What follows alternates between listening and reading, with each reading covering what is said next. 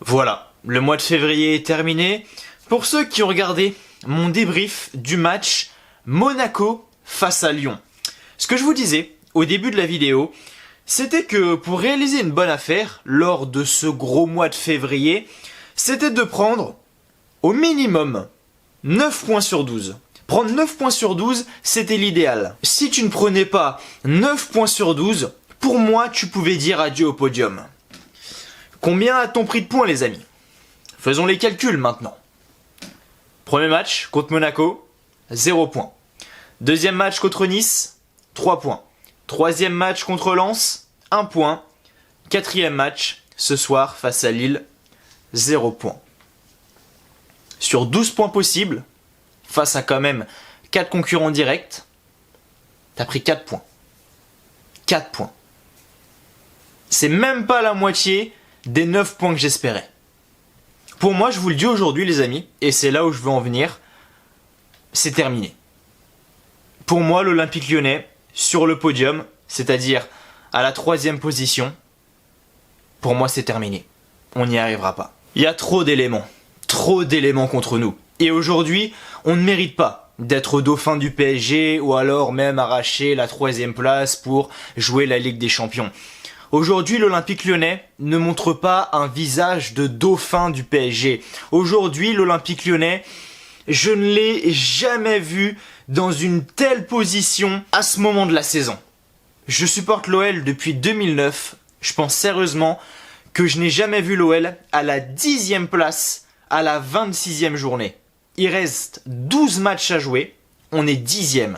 Je crois que depuis que je supporte ce club, ça n'est jamais arrivé. Et c'est pour ça que j'y crois pas en plus. Parce que des fois, à la 26e journée, on était 5e, 4e, 6e, allez 7e des fois, tu vois. Et on n'arrivait pas à jouer la Ligue des Champions. On n'arrivait pas à être dans les 3 premiers. Mais alors là, si t'es 10e, mais comment tu veux espérer une place sur le podium? Surtout quand tu vois ce que tu montes sur le terrain. Parce qu'il y en a qui vont me dire oui, mais c'est hyper serré. Quand on regarde, il y a à peine 8 points entre le 10e et le 2e ou 3e. Oui, c'est vrai. Mais quand tu vois le visage que monte l'OL, tu penses sérieusement qu'on va réussir à aller accrocher cette 3e place? Mais non, c'est pas possible. Surtout que là, tu pouvais faire un gros coup. Nice avait fait match nul vendredi soir. Monaco ont perdu dimanche après-midi. Marseille ont fait match nul dimanche après-midi aussi. Bref, c'était l'occasion. Tu devais impérativement gagner ce match. Et tu perds 1-0 contre Lille. Et franchement, ce match, si je devais le définir en 2 mots, le premier, ça serait frustrant. Et le deuxième, ça serait hold-up. Tu fais un mix des deux, c'est le match Lyon-Lille. Il y a juste à regarder les stats, hein. Même si j'aime pas trop me fier aux stats, mais là c'est flagrant quoi. 64% de possession pour l'OL, 36 pour Lille, tir au but 21 pour l'OL, seulement 6 pour Lille, tir cadré 8 pour l'OL, seulement 2 pour Lille. Et après bah t'as coup franc, corner, hors-jeu, etc. Mais... je veux dire, Lille ont fait 2 tirs cadrés, ils gagnent 1-0. Ils font un tir cadré en première période, un but. Nous, combien on en a fait? Entre Dembélé, entre Emerson, entre Paqueta, entre Cacré, dans la niche. Hein. Je voyais un titre sur OneFootball, ce gardien est en train d'écœurer l'Olympique Lyonnais, etc. Honnêtement, Léo Jardim, ok, il fait un bon match, mais il a pas fait des arrêts non plus étincelants. Je veux dire, c'est nous qui faisons des frappes totalement à chier. Je veux dire, c'était quasiment des passes au gardien, quoi. Jardim, il était au milieu de son but, quasiment tous les ballons.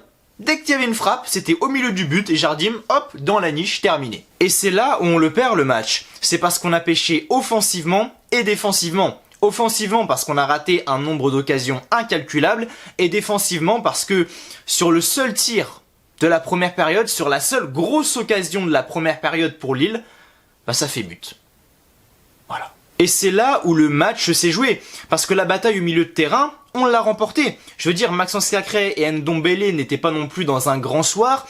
Mais quand on voit qu'en face, on a un Renato Sanchez qui a l'habitude de créer des décalages, créer des transitions, toucher le ballon énormément de fois, casser des lignes, voilà, passer à travers briser le premier rideau, briser le deuxième rideau, et que là, il a quasiment pas touché le ballon de la première période, mais tu te dis, putain, l'OL était bien en place, en fait. C'est ça le pire, c'est que l'OL n'a pas mal joué ce soir. C'est juste qu'on s'est fait surprendre de manière hyper bête. Parce que Lille a été en manque de position, dû à un gros manque de mouvement, et un bloc lyonnais qui était vraiment en place. Dès que l'OL perdait le ballon, soit l'OL était attentiste, parce que Lille n'était absolument pas dangereux, ou soit lorsque l'OL perdait le ballon dans les 20 mètres adverses, c'était gros pressing, ensemble, en équipe, et voilà, grosse pression sur Lille, perte de balle pour Lille, récupération, et ça créait une action dangereuse. Et Lille était tellement peu dangereux lorsqu'ils avaient le ballon, que l'OL était totalement confiant, même s'ils n'avaient pas le ballon. Sauf que Lille a su en profiter de cette confiance en marquant sur leur seule phase de possession. Plus de 2 minutes avec le ballon. Ça faisait tourner derrière, José Fonde, Botman, Chelik, Diallo. Ils arrivent quand même à casser le premier rideau. On a Xeka qui arrive à dézoner sur le côté. Il dézone. Il est sur le côté droit. Il centre. Thiago Mendes, malheureusement, qui fait une tête, mais qui glisse en même temps que faire sa tête. Ou alors, il glisse d'abord et il essaie de faire une tête pour dévier le ballon. Malheureusement, dû à cette tête, ça revient sur Gudmundsson, qui est tout seul, mais vraiment tout seul. Il a limite le but ouvert et il n'a plus qu'à la pousser. Et voilà. C'était la seule action lilloise de la première période. La seule. Et le premier tir cadré. Et qu'est-ce que ça fait? Ça fait filet. Alors que l'OL, pendant 35 minutes, c'était occasion sur occasion sur occasion. Et on n'a pas su marquer. On n'a pas su concrétiser. Donc en vrai, on peut s'en prendre qu'à nous-mêmes. D'accord? Mais c'est pas mal joué. C'est pas mal joué parce que qu'on le veuille ou non, c'est pas une erreur de l'OL. Loin de là. Parce qu'on peut penser que le but vient d'un manque d'agressivité, mais la vérité c'est que l'OL a eu raison d'être attentiste, étant donné que à chaque fois que le LOSC avait le ballon, ils étaient pas du tout dangereux. Ils ont essayé de faire plusieurs attaques placées, mais à aucun moment ça a marché. Et malheureusement, la seule fois où ça a marché, ça a fait but. Donc en vrai, on peut pas dire que c'est mal joué. C'est bien joué de la part de l'OL, c'est juste que on a été puni. Et on n'a pas su gérer ce temps fort et cette action lilloise. C'est tout. Et c'est pour ça que c'est frustrant, parce qu'on dominait, mais on n'arrivait pas à marquer. Et Lille, sur leur seule occasion de la première période, voilà, ils nous la mettent, ils marquent. Et c'est pour ça que c'est frustrant en fait. Quand tu te dis que le seul tir cadré de Lille en première période, c'est le but, tu peux que être dégoûté en fait. Et pourtant on y a cru, hein. On y a cru jusqu'au bout, parce que même en deuxième période, on a poussé jusqu'à marquer, et malheureusement, le but n'a pas été validé. Clément Turpin a décidé d'annuler le but de l'OL. Et là, je ne veux plus jamais entendre les supporters d'autres équipes, Marseille, Saint-Etienne, Bordeaux, Paris, qui tu veux, dire que Turpin est un pro OL. Je ne veux plus jamais l'entendre. Parce que Turpin, ça fait je sais pas combien de matchs qu'il nous en fume. Contre le PSG, il n'y a jamais pénalty sur Neymar. Il siffle pénalty pour le PSG. Là, ce soir, à quel moment il y a faute? À quel moment il y a faute? Et je vais pas m'énerver plus que cela, vraiment, parce que pour moi, ce match, il doit pas se jouer sur une erreur d'arbitrage. On doit pas aller chouiner, Turpin ceci, Turpin cela. On doit le tuer le match. On doit gagner 4-0. On doit pas avoir cette discussion de oui, est-ce que le but est valide ou pas. Pour moi, le but doit être valide. Déjà pour commencer. Léo Jardim foire totalement son dégagement. On a Lucas Paqueta qui arrive après, qui arrive à prendre le ballon, à frapper, à marquer. Et qu'est-ce que je lis sur l'équipe? Oui, mais Paqueta a été trop agressif sur le gardien. Certes, le gardien rate son dégagement, mais Paqueta, il a mis trop d'agressivité. Mais si tu veux pas d'agressivité, tu joues pas au foot. Tu vas faire de la danse, ou je sais pas, mais fais pas du football. Dans le football, il y a du contact, il y a de l'agressivité. Je veux dire, à quel moment il y a faute? On a Jardim qui rate totalement son dégagement. Totalement. C'est lui qui tape avec sa jambe dans Paqueta. Paqueta qui arrive à reprendre le ballon, à la mettre dans le but vide. Donc c'est une erreur de Jardim, tout simplement. Et je vois pas comment un but comme ça peut être refusé. Mais comme j'ai dit, je vais pas m'énerver parce que ce match-là, on doit le gagner 4-0, vraiment. 3 ou 4-0, et on doit pas, on doit pas parler d'une erreur d'arbitrage comme ça qui arrive à la toute fin. Pour moi, faut même pas en parler parce que le match, on doit le tuer bien avant et on peut s'en prendre qu'à nous-mêmes. Je sais pas si vous comprenez ma logique en fait. Pour moi, on doit être plus tueur devant le but, et voilà, les faits de jeu comme ça, bah, on doit les laisser de côté. Tout simplement. Aujourd'hui, on peut s'en prendre qu'à nous-mêmes. Même si, pour moi, c'est une faute professionnelle qu'a fait Monsieur Turpin. Ne pas accorder ce but, pour moi, je vous le dis honnêtement, c'est scandaleux. Mais comme je le dis, on peut s'en prendre qu'à nous-mêmes, et c'est pour ça que je vais pas en parler plus que ça. Maintenant, j'en voyais beaucoup taper sur Peter Bosz par rapport à ses choix, comme le fait de mettre Léo Dubois, encore une fois sur le côté droit, alors que, on le voit, hein, c'est flagrant, Malo Gusto. Et là, je veux dire, et vraiment là, il a fait une entrée absolument incroyable, ça a fait des dédoublements avec Romain Fèvre, mais ça j'en parlerai après. Thiago Mendes aussi, le cas Thiago Mendes, le cas Jérôme Boateng, plus précisément. Thiago Mendes qui n'a pas fait un match dégueulasse ce soir. C'est juste que voilà, sur le deuxième but, malheureusement, il glisse. Mais dans un match comme ça, tu dois mettre Jérôme Boateng. Tu dois mettre Jérôme Boateng et... Je sais vraiment pas ce qui s'est passé pour que Jérôme Boateng soit écarté du groupe, qu'il soit remplaçant comme ça du jour au lendemain et qu'il ne joue plus une minute alors que il enchaînait les matchs avant. Alors il faisait pas des matchs complets mais il était quasiment tout le temps titulaire et là, plus de Jérôme Boateng. Et pour vous dire à quel point Peter Bosz préfère mettre Thiago Mendes qui est milieu de terrain, défenseur central à la place de Boateng, c'est que vraiment Boateng il a dû faire un truc, je sais pas ce qu'il a fait, mais il a dû faire un truc pas très commode, j'ai envie de dire. Mais dans un match comme ça, s'il te plaît Peter, range, mets les affaires extrasportives de côté, faut aligner la meilleure équipe en fait. Il faut aligner la meilleure équipe. Et je sais que tu regarderas jamais cette vidéo, mais pour moi, pour le peuple lyonnais, pour tous les abonnés de cette chaîne YouTube, s'il te plaît, fais-nous plaisir. Et en quelques minutes, explique-nous, s'il te plaît, je te le demande gentiment, s'il te plaît, pourquoi, parce que je veux vraiment une explication, on veut des explications, pourquoi est-ce que Léo Dubois est titulaire à la place de Malo Gusto? S'il te plaît, je veux juste que tu nous l'expliques. Tu fais une petite vidéo comme ça de 2 minutes, mais s'il te plaît, explique-nous. Parce qu'on est perdu. On est perdu. Léo Dubois, le mec n'apporte rien.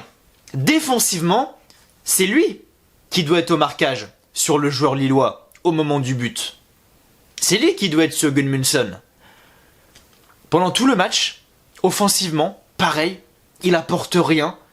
Il est sur son côté, qu'est-ce qu'il fait? Il lève la tête, il prend pas de risque, et ben il rejoue derrière avec Thiago Mendes. C'est tout. Et alors? Ou alors il se cache. Il se cache derrière l'ailier gauche pour ne pas recevoir le ballon. Léo Dubois, c'est tout le temps la même chose. C'est que ça. Donc on a ça, et ensuite on a Malo Gusto qui rentre, et là, on voit un côté droit métamorphosé. Romain Fèvre qui a pas fait un match dégueu, d'ailleurs, sur son côté, mais dès que Malo Gusto est rentré, ah c'est parti hein. Dès que Léo Dubois était sur le terrain, j'ai pas vu un seul dédoublement. Dès que Malo Gusto est rentré, Romain Fèvre, Malo Gusto, une touche de balle, machin, ça joue dans les petits espaces. Romain Fèvre qui reçoit le ballon, ça libère l'espace parce qu'on a Malo Gusto qui passe dans son dos, qui dédouble. Donc Romain Fèvre peut soit rentrer sur son pied gauche ou soit décaler Malo Gusto, mais du coup ça emporte un joueur de Lille, donc ça on fait un de moins et on sait que dans un match, un joueur de moins c'est très précieux. Le truc c'est que quand c'est Dubois, hop, il lui donne le ballon et Romain Fèvre c'est démerde-toi. Et il se retrouve face à 2 Lillois déjà devant lui, alors qu'il pourrait juste dédoubler, hop, ça amène un joueur lillois, et voilà c'est du 1 contre 1, enfin bref, c'est des règles basiques de football, je veux dire, c'est pas moi qui vais apprendre à Peter Bosz comment on fait jouer un défenseur droit, bordel de merde. Mais aujourd'hui, je veux qu'on m'explique vraiment, parce que pour moi, on mérite des explications. Pour moi, on mérite de savoir pourquoi est-ce qu'un joueur comme Léo Dubois est titulaire à la place de Malo Gusto, qui est 100 fois meilleur. Il y en a qui vont me dire, oui, mais Léo Dubois, c'est un leader du vestiaire, etc. Mais très bien, mais ça peut être un leader du vestiaire aussi sur le banc. Il est sur le banc, il fait son petit speech à la mi-temps, il motive les troupes, et voilà, il va s'asseoir sur le banc. Mais il a rien à faire sur le terrain. il a rien à faire sur le terrain. Enfin bref, il y a ça, déjà ça c'est le problème. Quand je vois que Léo Dubois sort et que c'est Houssem Aouar qui récupère le brassard, faudrait peut-être se poser des questions aussi. Houssem Aouar, c'est un des mecs qui mouille quasiment le moins le maillot. On a l'impression qu'il en a rien à foutre d'être à l'OL. Mais c'est lui qui récupère le brassard. Pourquoi pas? Enfin, qu'est-ce qui se passe? Qu'est-ce qui se passe? Voilà, ça fait beaucoup d'éléments qui font que les supporters commencent à ne plus en pouvoir de Peter Bosz. Ça commence à... Voilà, les supporters commencent à perdre patience, tout simplement. Alors que moi, je sais qu'au fond de moi, Peter Bosz, il est loin d'être mauvais, tout simplement. Mais c'est vrai qu'aujourd'hui, quand tu vois l'effectif qu'il a à sa disposition, c'est impossible d'être 10e. Quand t'as Anthony Lopez dans les buts, qui fait une de ses meilleures saisons depuis je sais pas combien d'années, quand on a un joueur comme Emerson, champion d'Europe avec Chelsea, champion d'Europe avec l'Italie en 2021, pardon, excusez-moi, en 2021. Quand on a dans l'axe un jeune comme Lukeba, qui est super fort, petit jeune, serein comme jamais. Quand on a un Jérôme Boateng, qui a un palmarès absolument incroyable, un palmarès, même là-dedans, là, même dans mon dressing, tout son palmarès, il rentre pas tellement, il a un palmarès de fou furieux. Quand on a un joueur comme Léo Dubois, non, quand on a un joueur sur le côté droit comme Malo Gusto, quand au milieu de terrain, t'as Ndombele, Maxence Cacré, qui, on l'a vu, est exceptionnel quand il est à son meilleur niveau. Quand on a un Lucas Paqueta qui, pareil, est en confiance, magnifique. Karl Toko Ekambi, bon, ça je trouve ça quand même un peu léger. Karl Toko Ekambi, il est là pour apporter de la profondeur, mais je trouve que c'est quand même vraiment léger. Moussa Dembélé, pareil, en attaque, je trouve ça quand même assez léger. Et Romain Fèvre, bah, à voir. Brest, c'est pas une équipe que je regarde, pour vous dire la vérité. Donc, Romain Fèvre, je sais pas trop ce qu'il vaut. J'ai regardé des petits highlights comme ça. Mais bon, les highlights, ça veut pas non plus dire grand chose. Donc voilà. Mais quand on voit le 3/4 de l'équipe, franchement, c'est des mecs, enfin, c'est des joueurs de foot, hors normes, quoi. Je veux dire, ils ont de l'or dans les pieds, ces mecs-là. Et être 10e avec une équipe comme ça, bah, je vais pas dire que c'est scandaleux, mais il y a quand même pas mal de questions à se poser, je pense. Enfin voilà les amis, bon, pour moi c'est terminé, voilà, on peut dire adieu au podium, on peut dire adieu à la qualification en Ligue des Champions, alors après je peux me tromper, hein, ça se trouve on va faire un gros run, 10-12 matchs sans défaite, mais personnellement j'y crois pas, mais voilà. Maintenant, qu'est-ce qu'on peut espérer du coup? Bah, la seule option pour aller jouer la Champions League, bah, c'est de gagner la Ligue Europa, et quand je vois qu'on est tombé contre Porto, bah, je me dis que ça va quand même être assez compliqué, hein, parce que Porto en championnat depuis le début de la saison, c'est 0 défaite. Ouais. Que des victoires ou des matchs nuls. Je crois qu'ils ont fait quoi, 2-3 nuls à tout casser. Et attention, le championnat portugais n'est pas si mauvais que ça. Hein, t'as quand même Braga, t'as le Benfica Lisbonne, t'as le Sporting. C'est pas non plus donné, hein, le championnat portugais. Donc, faut vraiment faire attention et je pense qu'on va avoir du mal quand même. On peut peut-être passer, honnêtement, j'y crois, à la qualif. Mais ça va être très dur.